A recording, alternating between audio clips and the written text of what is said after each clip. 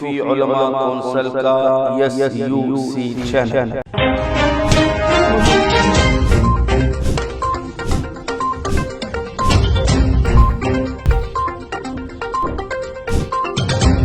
جب ہمارا رب ہم کو معاف کر دے گا اور جب وہ ہمارا ساتھ دے گا تو دنیا کی کوئی طاقت ہم پر انگلی نہیں اٹھا سکتی۔ السلام علیکم رحمۃ اللہ وبرکاتہ۔ معزز ناظرین کرام، آج ہندوستان میں وقفے سے جو اسلام کے معاملات میں حکومت ہند حملے کر رہی ہے اور اسلامی قوانین کو ختم کرنے کی سازش رچی جا چکی ہے۔ ایک عظیم شاعر نے ان واقعات کو کئی سال قبل قلم بند کیا کہ ظلم اس کا، ستم اس کا، حکومت بھی اسی کی۔ ظلم اس کا، ستم اس کا، حکومت بھی اسی کی، فریاد کریں کس سے، عدالت بھی اسی کی۔ تو آج یہ دور آ گیا ہے اور ان حالات کا ہم کو دانش مندی سے مقابلہ کرنا ہے، نہ کہ جذبات سے۔ آج میں ہندوستان کے ان نوجوان بچوں سے، مسلمانوں سے میں یہ اپیل کر رہا ہوں کہ عموماً جب کبھی بھی ایسے حالات ہوتے ہیں تو ہم لوگ جذبات سے مغلوب ہو کر ایسے کام کر گزرتے ہیں جس سے مخالفین کو اور زیادہ شے ملتی ہے اور ان کو موقع ملتا ہے۔ اور اکثر یہ دیکھا جا رہا ہے کہ عموماً جمعہ کی نماز کے بعد مساجد کے سامنے احتجاج کیا جاتا ہے۔ ہم احتجاج کرنے کے مخالف نہیں ہیں، احتجاج کرنا ہمارا جمہوری حق ہے، لیکن کیا ہمارا احتجاج صرف جمعہ کی حد تک ہی سمیٹ کر رہ گیا ہے؟ کیا اس کے بعد ہم کو جمعہ کے بعد سے پھر جمعہ تک اور ایک دو جمعہ میں احتجاج کیے، کیا اس کے بعد ہم کو خاموشی اختیار کرنا ہے؟ کیا یہ ہمارے مسئلے کا حل ہے؟ کیا اس سے ہمارا مسئلہ حل ہو جائے گا؟ کیا ہمارے ایک دو جمعہ میں مساجد کے سامنے احتجاج کرنے سے حکومت ہند اپنا فیصلہ بدل دے گی؟ یہ ہرگز نہیں ہے، اور یہ دانش مندانہ اقدام نہیں ہے، بلکہ اس سے حکومت ہند کو اور RSS لابی کو ہمارے مذہبی جو عبادات ہے اس پر روک لگانے کا ان کے ہاتھ میں ایک اور ہتھیار ہاتھ میں آ رہا ہے، اور وہ دن دور نہیں ہے جب وہ اس ہتھیار کو استعمال کرنے لگ جائیں گے۔ تو دانش مندی کا تقاضا یہ ہے کہ جمعہ کی نماز کے بعد مساجد کے سامنے کھڑے ہو کر کچھ دیر تک نعرے بلند کرنا، افراتفری کا ماحول پیدا کر دینا، یہ مسئلے کا حل نہیں ہے۔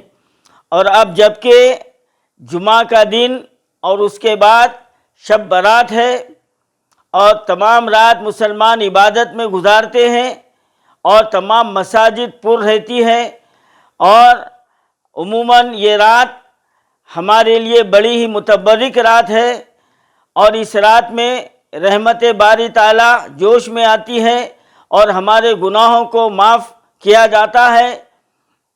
تو ہم کو یہ چاہیے کہ جمعہ کی نماز کے بعد کوئی ایسا اقدام نہ کرے کہ رات میں ہم کو مساجد میں جانے سے حکومت یا پولیس کی جانب سے ہمارے لیے کوئی رکاوٹیں کھڑی کر دی جائے۔ ہم کو یہ بات ذہن نشین کرنا چاہیے۔ وقفے سے ہماری عبادات کو روکنے کی کوششیں کی جا رہی ہے، اور ہم غیر دانش مندانہ اقدام کرتے ہوئے ان کے لیے اور کوئی موقع فراہم کرنا ہمارے لیے یہ مناسب نہیں ہے۔ میں تمام مسلمانوں سے، بالخصوص ہمارے نوجوان بچوں سے میں یہ خواہش کرتا ہوں کہ اے بچوں، اپنے جذبات کو سنبھالیے۔ یقیناً ہمارے جذبات کو، ہمارے ملی جذبات کو، ہمارے دینی جذبات کو اور ہمارے تشخص پر حملہ کیا گیا ہے۔ گو کہ یہ حملہ ہم برداشت نہیں کر سکتے، لیکن اس کا جواب ہم کو اسی انداز میں دینا چاہیے کہ جو طریقہ کار ہمارا قانون ہم کو دیا ہے، اور اس قانون کے دائرے میں رہتے ہوئے ہم کو اس کا مقابلہ کرنا ہے۔ تو میں نوجوان بچوں سے خواہش کرتا ہوں کہ نماز جمعہ کے بعد مساجد کے سامنے کھڑے ہو کر نعرے بازی نہ کریں اور کوئی ایسا کام نہ کریں جو ہمارے لیے وبال بن جائے۔ جوش اچھی چیز ہے، لیکن جوش وقت پر آنا چاہیے۔ عموماً یہ دیکھا جاتا ہے کہ ان حالات میں اگر 2-4 بچوں کو گرفتار کر لیا جاتا ہے تو ماں باقی پیٹ پلٹا کر بھاگنے لگتے ہیں۔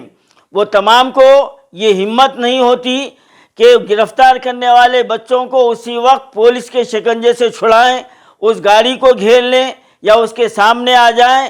یہ جو ہے نا، یہ ہم میں ہمت باقی نہیں رہی۔ بس کسی کہنے والے نے ایک زمانہ قبل ان مسلمانوں کے لیے کہا تھا کہ ہم کو مٹا سکے یہ زمانے میں دم نہیں، زمانہ خود ہم سے ہے، زمانے سے ہم نہیں۔ لیکن میں یہ کہوں تو بیجا نہ ہوگا کہ آج کا اس زمانے کا مسلمان یہ شعر کہنے کا حق نہیں رکھتا، کیونکہ ہم اپنے مالک سے ہم دور ہوتے گئے ہیں۔ ہم دنیا کے اتنے قریب ہو گئے ہیں اور دنیا کی خواہشات ہمارے دل میں اتنی بس گئی ہے کہ ہم اسلام کے لیے ہمارے پاس وقت نہیں ہے، اسلام کے لیے ہمارے پاس جذبہ نہیں ہے، اللہ کی محبت کے لیے ہمارے پاس جذبہ نہیں ہے۔ ہاں ہے تو صرف نعرے ہیں ہمارے پاس، ہم نعرے لگا کر بڑے خوش ہو جاتے ہیں کہ ہم اپنے جذبات کا جو ہے نا اظہار کیا ہے۔ اے میرے بچوں، یہ وقت جذبات کا اظہار کرنے کا نہیں ہے، یہ وقت عملی اقدام کرنے کا وقت ہے۔ اس وقت ہمارے لیے بڑا نازک وقت ہے، لہذا ہم ایسے جذباتی نعروں سے ہم جو ہے نا بچیں، بلکہ ہم کو اپنے مالک کو پہلے راضی کرنا ہے۔ شب برات میں اللہ کے دربار میں پہلے رجوع ہو جائیے، اپنے سابقہ زندگی پر شرمندہ ہوئیے اور ندامت کے آنسو بہائیے۔ جب ہمارا رب ہم کو معاف کر دے گا اور جب وہ ہمارا ساتھ دے گا تو دنیا کی کوئی طاقت ہم پر انگلی نہیں اٹھا سکتی۔ آج ہندوستان کے مسلمانوں پر، بلکہ دنیا کے کئی علاقوں میں جو مسلمانوں پر یہ وقت آ رہا ہے، تو ہم کو یہ سوچنا چاہیے کہ ہم میں کیا خامی پیدا ہو گئی ہے۔ ہم اسلام سے کتنے جڑے ہوئے ہیں، ہم صحابہ کی زندگی کی مثالیں دیتے ہیں، آج مساجد بھرے ہوئے ہیں لیکن کوئی دعا قبول نہیں ہو رہی ہے۔ کیوں نہیں ہو رہی ہے؟ کہ ہمارے پاس ریاکاری زیادہ ہے، دکھاوا زیادہ ہے۔ ارے ستم ظریفی تو یہ ہے کہ آج تقاریر کرنے والے بھی بک چکے ہیں، وہ بھی کمرشل ہو چکے ہیں، 20-20 ہزار 30-30 ہزار روپے کے لفافے لیتے ہیں اور ہزاروں روپے ان کے کرائے پر خرچ کیا جاتا ہے، لاکھوں روپے ایک جلسوں پر لٹایا جاتا ہے اور یہ کہتے ہیں کہ ہم دین کی خدمت کرتے ہیں۔ ارے کیا خاک تمہاری زبان پر اثر ہوگا جو سننے والوں کے دل پر اترے گا؟ تم تو یہ چاہتے ہو کہ لوگ بڑا لفافہ دیں اور سامنے والے واہ واہ کرے۔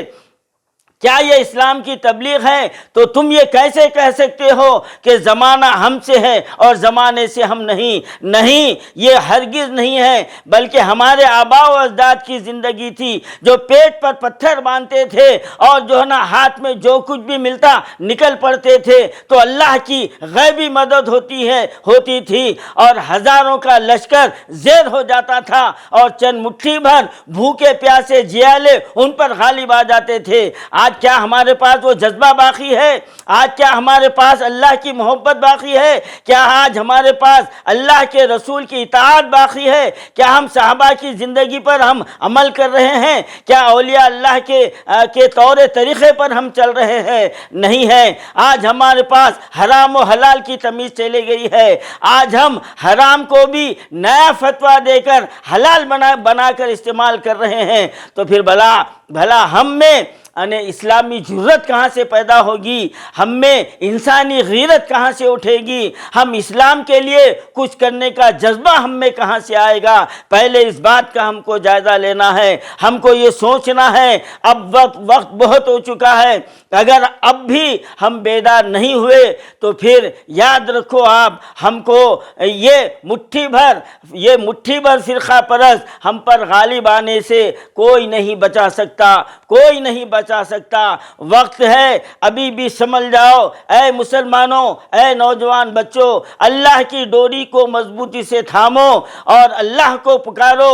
جب تک اللہ کی مدد تمہارے شامل حال نہ ہوگی تم کچھ بھی نہیں کر سکتے، اور اللہ کی مدد اسی حال ہوتی ہے جب تم اپنے لیے جینا چھوڑو گے، جب تم اپنے لیے جینا چھوڑو گے۔ ارے خود کی زندگی تو کتا بھی جیتا ہے کہ وہ اپنے لیے جیتا ہے، لیکن انسان وہ ہے، اشرف المخلوقات کا درجہ اس لیے دیا گیا ہے کہ تم اپنی قوم کے لیے جیو، اپنے بھائیوں کے لیے جیو، اپنے ملک کے لیے جیو، اپنے دین کے لیے جیو۔ جب یہ جذبہ ہم میں آئے گا تو دنیا کی کوئی طاقت ہم پر غالب نہیں آ سکتی۔ اگر یہ جذبہ ختم ہو گیا، اگر خود اپنے لیے جئیں گے، اپنے بھائی کو بھول جائیں گے، اپنے پڑوسی کو بھول جائیں گے، تو پھر تم دین کو کہاں یاد رکھو گے، تم ملت کو کہاں یاد رکھو گے؟ تمہاری زندگی تو اپنے گھر میں سمیٹ کر رہ گئی ہے، یہ اسلام نہیں ہے۔